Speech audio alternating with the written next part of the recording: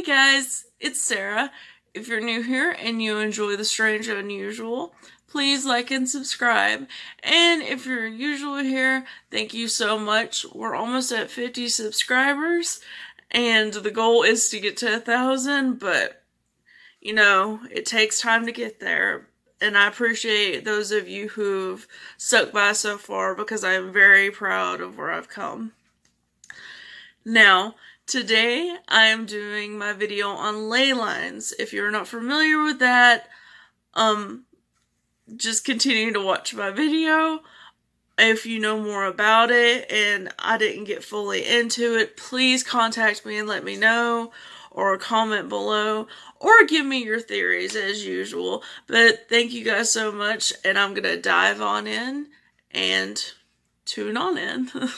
Now, ley lines are basically man-made structures, religious sites, and specific alignments that have spiritual significance. The word ley line comes from an Anglo-Saxon word meaning clear pathway or meadow. Now, ley lines themselves aren't what holds all of the spiritual significance.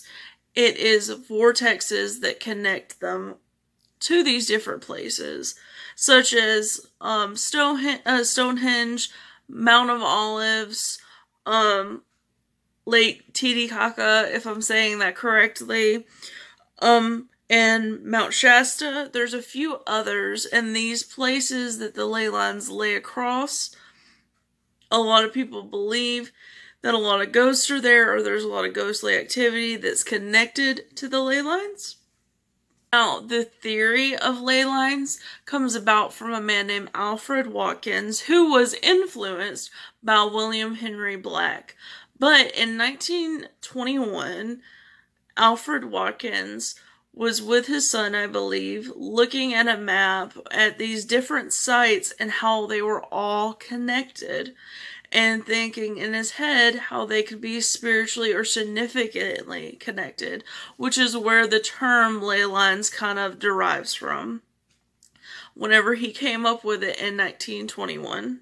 I kind of have a list that I am going to be reading off of the apparent places, and I kind of named off two previously in this video, but one of the places is Mount Shasta in California, USA, which is one of the places believed in America.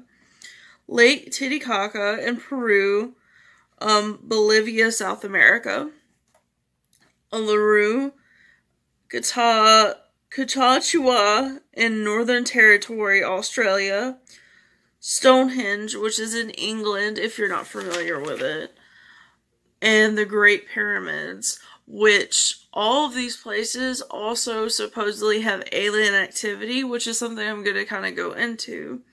The vortexes, or where the landlines connect, a lot of people believe that they're basically transportations that can kind of go from our planet to any other planet for aliens. That's just one of the beliefs, and I'm going to go into a few other of the beliefs. The other beliefs are energy workers believe you can tap into them and use that energy to help heal people. Another one is people who use it for defense, such as using that positive energy to block out any negative energy. And one of the last things is for dowsing, which is like kind of like dowsing for water, but instead it's for more spiritual, possibly finding ghosts or any other paranormal type creature.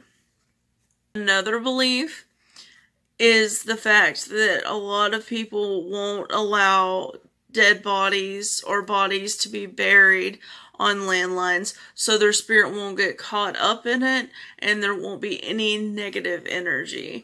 But that's the last of the beliefs that I have found on that. But there may be a ton more.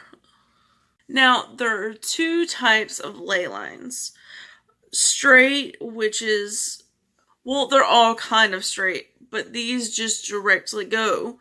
Now, the other ley lines are believed, which are cupped, which go over mountains and hills, kind of like pyramids or Mount Shasta, like I was saying before, but those are the two different types that connect to the vortexes.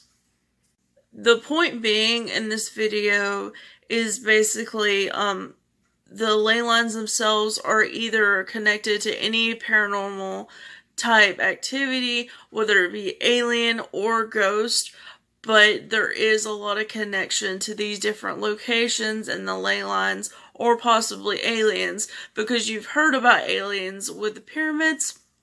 You've heard about aliens also with Stonehenge because of the way they're laid out. But also you hear about like different ghostly activity connected through these like different areas, such as like poltergeist, extreme amounts of ghosts, just in a house.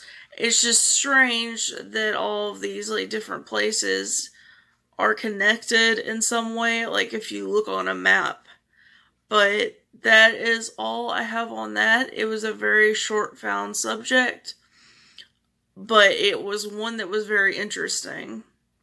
So I hope you guys enjoy. I didn't know like a ton about it. I had heard about it before. It's just one of those subjects that I prefer to go over and kind of look into myself.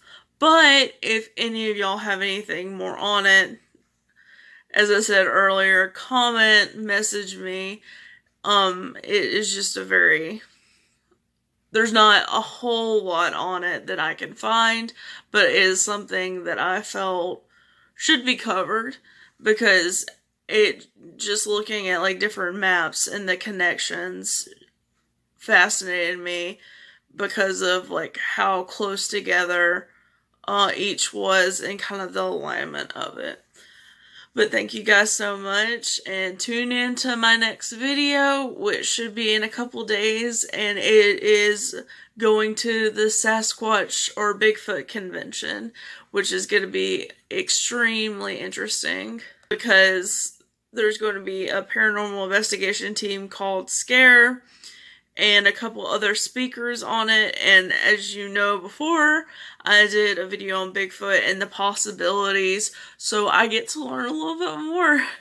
And I'm hopefully going to go live, or you can see little different snippets. So thank you guys so much for tuning in.